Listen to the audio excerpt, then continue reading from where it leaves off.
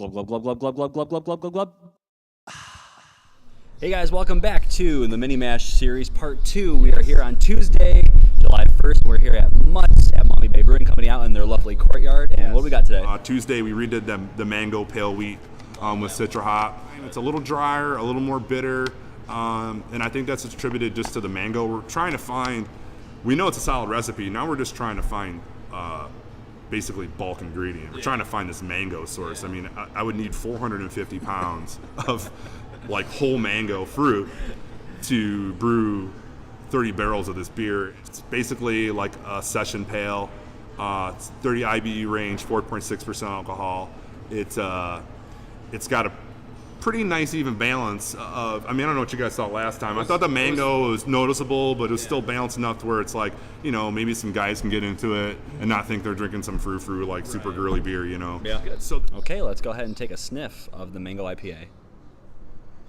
Every time we do this, I feel like I say it smells a little bit like Hop Slam, and I think it does. It's just the really tropical, fruity, mango-y hops that they use, and obviously the mango in there as well.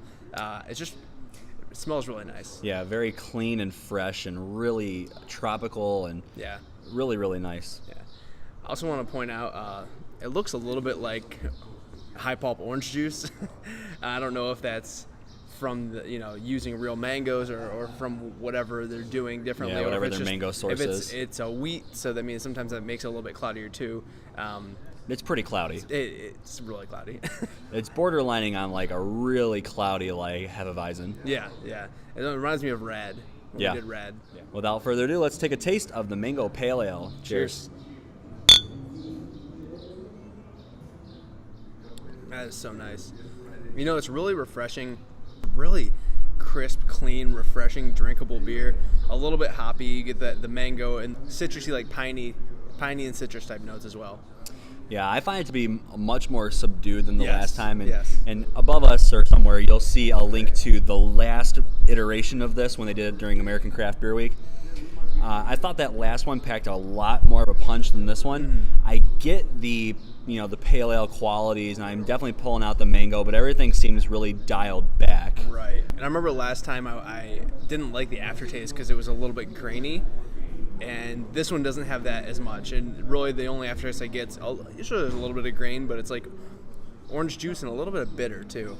But it's actually really nice. It's a very clean, easy drinking beer. A lot cleaner than the last one was. Yeah. It tastes more like sessionable, like something that you could have a couple of, and that really nice on a hot summer day. It's a really good, flavorful yet light beer. Absolutely.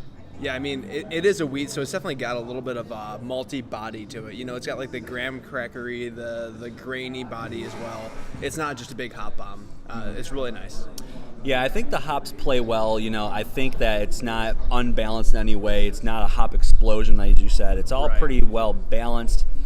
I do wish there was a little bit more of a hop presence, though, somewhere. Yeah. You get a nice little bit of a hop lingering on the end, but I want a little bit more. Yeah, I want a little bitterness to start off with to go along with that. I agree.